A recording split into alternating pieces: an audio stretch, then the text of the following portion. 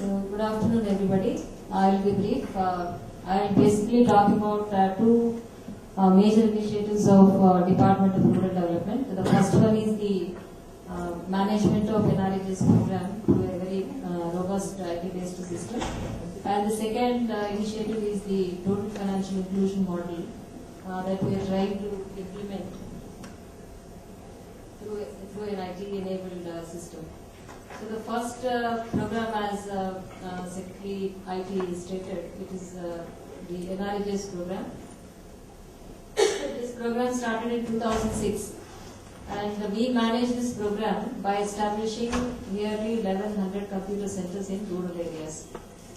In Andhra Pradesh, the equivalent of a block is called mandal, which is much smaller than block. So in each mandal, we have a mandal computer center, which basically has one or two PCs, a printer and a LAN connection and an internet connection.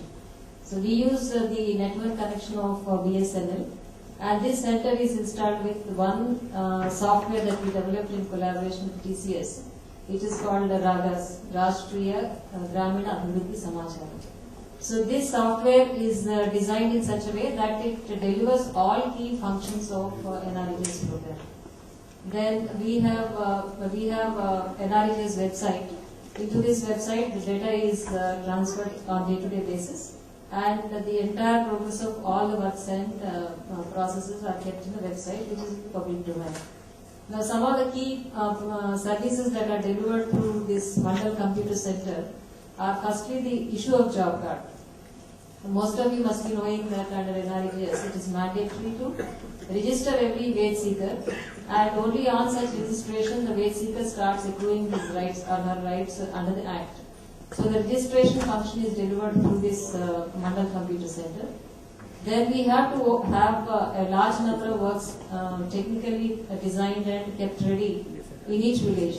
So this center also delivers that function. If we input the technical data, the software can generate estimate including the designs of the works. Then when the workers report for work, their attendance is captured, and then their pay is generated through the center. Then this pay is transferred into their personal accounts, which are opened in the post office. And then when the actual payment is done, that can also be tracked in the software. So at the end of the day, the entire progress is uploaded into our website, and we will be able to drill down the entire data to the last job card holder. Now this system right now manages the database of nearly 1 crore 20 lakh wage seekers, and around 8 lakh works are in the system, and nearly 40 lakh master rolls are in the system. And the way the information can be viewed by the public is, if we open the website, we have the entire state data. We can select any district, and from the district to the mandal, to the village, to the habitation, and to the job card, or to the work, or to the pay order. So that is how the current data of such a massive program. Like this year, we are spending nearly 5,000 crores under NRHS. So this entire program is fully managed through the system, and the benefits, particularly that this system has given to us, is firstly that it has made the entire program transparent, because the information is transaction based, and it is kept, it is available in the public domain on day-to-day basis. Any citizen from anywhere can open his or her village and see who in his or her village has worked on a particular NRHS work, how much they got paid, and through which account they are paid, and on what date they are paid. So this information availability makes it so open that it is difficult to perpetrate fraud in such systems. So this transparency is one very big advantage the system has given us. And secondly, that it's such a massive program where we have at any point of time 30 to 50 lakh people working. So managing their work, recording their measurements, ensuring that they are paid in time, and then identifying delays in the entire process cycle. So that tremendous management capacity is something that this program has given us. Then secondly, the total financial inclusion model that we are doing in Andhra Pradesh. with an IT-enabled say architecture. We have a smart card-based total financial inclusion system, which is right now operational in 5,200 villages. So this system is basically designed to enable rural masses get into the fold of banking sector.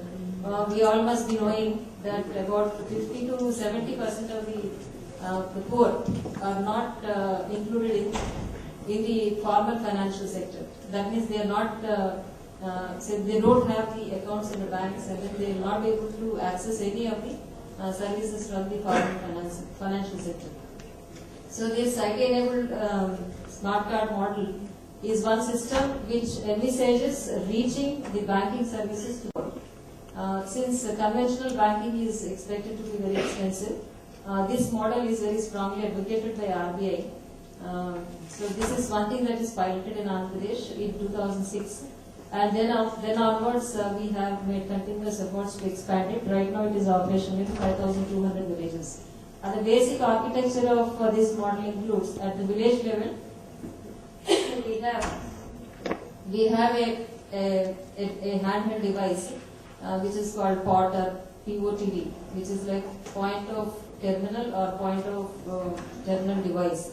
So this is a device which is positioned at the village level, and a trained person is kept in charge of this device. And we have the women from the self-help groups identified and trained to act as operators of this device. We call them customer service providers. And these people act as agents of banks. Then all the prospective account holders are identified. They are enrolled by banks and issued smart cards. So these cards have their photographs and also the biometric identity.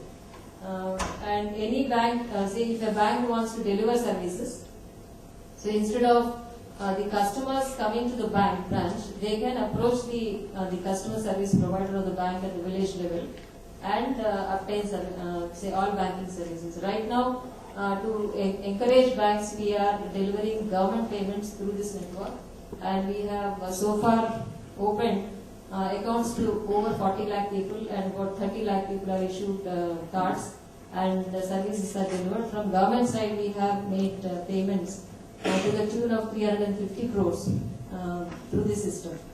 So these are the two initiatives from the Rural Development Department. And one more last point is that NRHS is now in Andhra Pradesh a universal system. It covers the program fully, whereas the total financial inclusion model, it covers about quarter of the state. So there is a lot to be done. So this is from our side, if there are any questions. Okay. Thank you.